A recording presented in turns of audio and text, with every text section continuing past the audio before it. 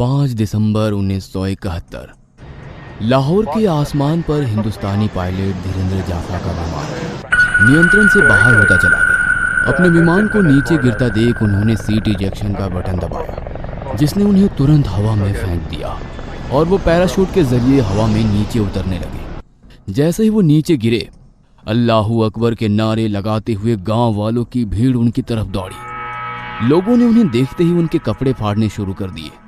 किसी ने उनकी घड़ी पर हाथ साफ किया तो किसी ने उनके सिगरेट लाइटर पर झपटा मारा। उनके जूते, दस्ताने, मफलर और कुछ रुपए भी गायब कर दिए।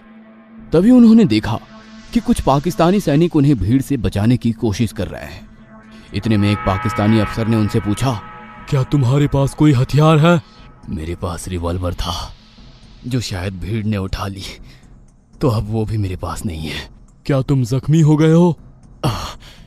लगता है रीढ़ की हड्डी चली गई है। मैं अपने शरीर का कोई हिस्सा नहीं हिला सकता। पाकिस्तानी अफसर ने सैनिकों को कुछ आदेश दिए और जाफा को उन सैनिकों ने उठाकर एक टेंट में पहुंचाया।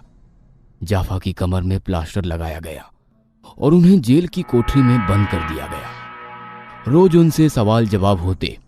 जब उन्हें टॉयलेट जाना होता तो उनके मुंह पर कोई कपड़ा लगा दिया जाता ताकि वो इधर उधर ना देख सके। एक दिन उन्हें इसी बिल्डिंग के दूसरे कमरे में ले जाया गया। जैसे ही वो उस कमरे में पहुंचे, उन्हें कई सारी आवाजें सुनाई देने लगी। जैसे ही वो अंदर घुसे, अचानक से सारी आवाजें बंद हो गई और एक स्वर जोर से गूंजा, jet sir. Flight lieutenant Dilip Paru लेकर उन्हें गले लगाने के लिए तेजी से आगे बढ़े। वहां पर 10 युद्धबंदी पायलट मौजूद थे। इतने दिनों बाद एक भारतीय चेहरा देख जाफा की आंखों से आंसू बह निकले। इस कमरे में 10 और भारतीयों को बंधक बनाकर रखा गया था। इन बंधकों में शामिल थे विंग कमांडर बनी कोहेलो, फ्लाइट लेफ्टिनेंट पारू लेकर, मलिंदर सिंह ग्रेवाल, कुरुविल्ला और हरीश सिंह, जो जाफा की तरह ही यहां फंस गए थे। जाफा को कमरे में भेजने के बाद युद्धबंदी कमरे के इंचार्ज स्क्वाड्रन लीडर उमान हनीफ ने मुस्कुराते हुए कमरे में प्रवेश किया। मैंने सोचा कि मैं आप लोगों को क्रिसमस की मुबारकबाद दे दूं। वो शाम एक यादगार शाम रही। 1971 की लड़ाई में एक बार पारू लेकर ने कहा था, अगर मेरा विमान गिर जाता है और मैं पकड़ा जाता हूं तो मैं जेल में बैठा नहीं रहूंगा, मैं वहां से भागने की कोशिश करूंगा। और उन्होंने यही किया। और भागने में उनके साथ ही थे फ्लाइट लेफ्टिनेंट ग्रेवाल और फ्लाइंग ऑफिसर हरीश सिंह हजी। तय ये हुआ कि सेल नंबर 5 की दीवार में 21 बाई 15 इंच का छेद किया जाएगा, जो पाकिस्तानी सेना के रउसगार दफ्तर के अहाते में खुलेगा। फिर 6 फुट की दीवार लांघकर वो माल रोड पर कदम रखेंगे। कुरुविला ने इलेक्ट्रिशियन से एक स्क्रू ड्राइवर चुराया और ग्रेवाल ने एक धारदार हथियार का इंतजाम किया। रात में पारू लेकर और ग्रेवाल खोदना शुरू करते हैं। हैरी और चियर्टी नाम के कैदी इस बात की निगरानी करते हैं कि कोई आ तो नहीं रहा। इसी बीच ट्रांसमीटर की वॉल्यूम को बढ़ा दी जाती है। उस समय भारतीय कैदियों को जिनेवा समझौते के शर्तों के हिसाब से 50 फ्रैंक के बराबर की मुद्रा हर माह वेतन के तौर पर मिला करती थी, जिससे वे अपनी जरूरत की चीजें खरीदते और कुछ पैसा भी बचा कर रखते थे। तावत नाम के दूसरे इंडियन साथी ने तार और बैटरी की मदद से एक काम चलाऊ कंपास बनाया। 14 अगस्त को पाकिस्तान का स्वतंत्रता दिवस था। पारू लेकर ने अंदाजा लगाया कि उस दिन गार्ड लोग छुट्टी के मूड में होंगे और कम सतर्क होंगे। 12 अगस्त उन्हें बिजली कड़कने की आवाज सुनाई दी और 3 लोग छोटे से छेद से निकले और दीवार के पास इंतजार करने लगे। नजदीकी एक पहरेदार एक चारपाई पर बैठा हुआ था, लेकिन जब उन्होंने उसे ध्यान से देखा तो पाया कि उसने धूल से बचने के लिए सर पर कपड़ा डाल रखा था। कैदियों ने बाहरी दीवार से माल रोड की ओर देखा तो उन्हें सड़क पर काफी हलचल दिखाई दी। उसी समय रात का शो समाप्त हुआ था। तभी आंधी और बारिश एक साथ आनी शुरू हो गई। चौकीदार ने अपने मुंह से कंबल को हटाया और चारपाई समेत वायुसेना के रोजगार दफ्तर के अहाते की ओर दौड़ लगा दी। तीनों कैदियों ने बाहरी दीवार लांघ दी। तेज चलते हुए वो दाएं मुड़े और सिनेमा देखकर लौट रहे लोगों की भीड़ में शामिल हो गए। थोड़ी दूर चलने के बाद हरीश सिंह हजी को एहसास हुआ कि वह पाकिस्तान की सबसे समझे जाने वाली जेल से बाहर आ गए हैं। वह जोर से चिल्लाए, आजादी! अभी नहीं। सबने तय किया कि वो अपने आप को ईसाई बताएंगे, क्योंकि उनमें से किसी को भी नमाज पढ़नी नहीं आती थी।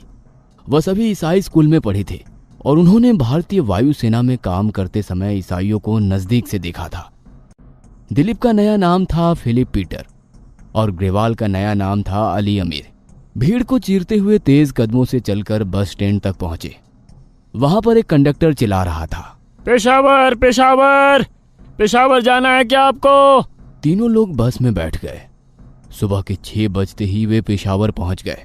वहां से उन्होंने जगरूड रोड जाने के लिए टांगा किया। टांगे से उतरने के बाद उन्होंने पैदल चलना शुरू कर दिया। फिर वह एक बस में बैठे। बस में तो जगह नहीं है, आप एक काम करो, आप तीनों बस की छत पर बैठ जाओ। जगरूड पहुंचकर उन्हें एक गेट दिखाई दिया। वहां एक बोर्ड लगा हुआ था। उस पर लिखा हुआ था, आप जनजातीय इलाके में घुस रहे हैं, कृपया रोड ना छोड़ें। फिर एक बस की छत पर चढ़कर वो लंडी कोतल पहुंच गए। अफगानिस्तान वहां से 5 किलोमीटर दूर था। वह एक चाय की दुकान पर पहुंचे। ग्रेवाल ने चाय पीते हुए बगल में बैठे हुए एक शख्स से पूछा, जी यहाँ से लंडी खाना कितनी दूर है? मुझे नहीं पता। जी टैक्सी से पहुंचने में वहां तक 25 रुपए लगेंगे। वे तीनों टैक्सी वाले की तरफ बढ़ ही रहे थे कि पीछे से एक आवाज आई, क्या आप लंडी खाना जाना चाहते हैं? जी हाँ। आप तीनों कहाँ से आए हैं? दिलीप और ग्रेवाल ने पहले से तैयार अपनी एक कहानी सुना दी। यहाँ आसपास लंडी खाना कोई जगह नहीं है, वो तो अंग्रेजों के जाने के साथ ही खत्म हो गई। शक हुआ कि वे बंगाली हैं जो अफगानिस्तान के रास्ते बांग्लादेश जाना चाहते हैं। क्या हम आपको बंगाली दिखते हैं? आपने कभी बंगाली देखे भी है? बहरहाल इस तहसीलदार के नौकर ने इनकी एक ना सुनी और उन्हें तहसीलदार के पास ले गया। नहीं, मैं आपकी बात से संतुष्ट नहीं हूँ, हमें आपको जेल में रखना होगा। देखिए, हम वायुसेना के प्रमुख स्क्वाड्रन लीडर उस्मान से बात करना चाहते हैं। उस्मान फोन पर आ गए। सर, आपने खबर सुनी ली होगी, हम तीनों लांडी कोतल में हैं, हमें तहसीलदार ने पकड़ रखा है।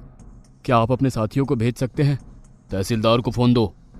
ये तीनों हमारे आदमी हैं, इन्हें बंद रखिए, हिफाजत से रखिए, लेकिन पीटिए नहीं। उधर रावलपिंडी जेल में हड़कंप मच गया। जाफा के रूम के पास फोन की घंटी सुनाई दी। फोन सुनते ही एकदम से हलचल मच गई। सातों युद्ध बंदियों को अलग कर अंधेरी कोठरियों में बंद कर दिया। ये सब जाफा का किया धरा है, इसको इस छेद के सामने डालो और गोली मार दो। हम कहेंगे कि ये भी उन तीनों के साथ भागने की कोशिश कर रहा था।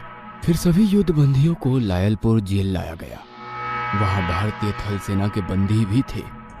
एक दिन वहां पाकिस्तान के राष्ट्रपति जुल्फिकार अली भुट्टो पहुंच गए। उन्होंने भाषण दिया, आपकी सरकार को आपके बारे में कोई चिंता नहीं है, लेकिन मैंने अपनी तरफ से आप सबको छोड़ देने का फैसला किया है। 1 दिसंबर 1971 को सारे युद्ध बंदियों को बाघा बॉर्डर पार करवाया गया। उनमें क्षोभ था कि उनकी सरकार ने उन्हें छुड़ाने के लिए कुछ भी नहीं किया। भुट्टो की दरियादिली से उन्हें रिहाई मिली है, ना कि उनके देश की सरकार के बदौलत। लेकिन जैसे ही उन्होंने भारतीय सीमा में प्रवेश किया, वहां मौजूद हजारों लोगों ने मालाएं पहनाकर उन्हें गले लगाकर उनका स्वागत किया। पंजाब के मुख्यमंत्री ज्ञानी जैल सिंह वहां खुद मौजूद थे। बाघा से 22 किलोमीटर दूर उनके स्वागत के लिए सैकड़ों वंदरवार बनाए गए थे। लोगों का इतना प्यार देख युद्ध बंदियों का गुस्सा जाता रहा।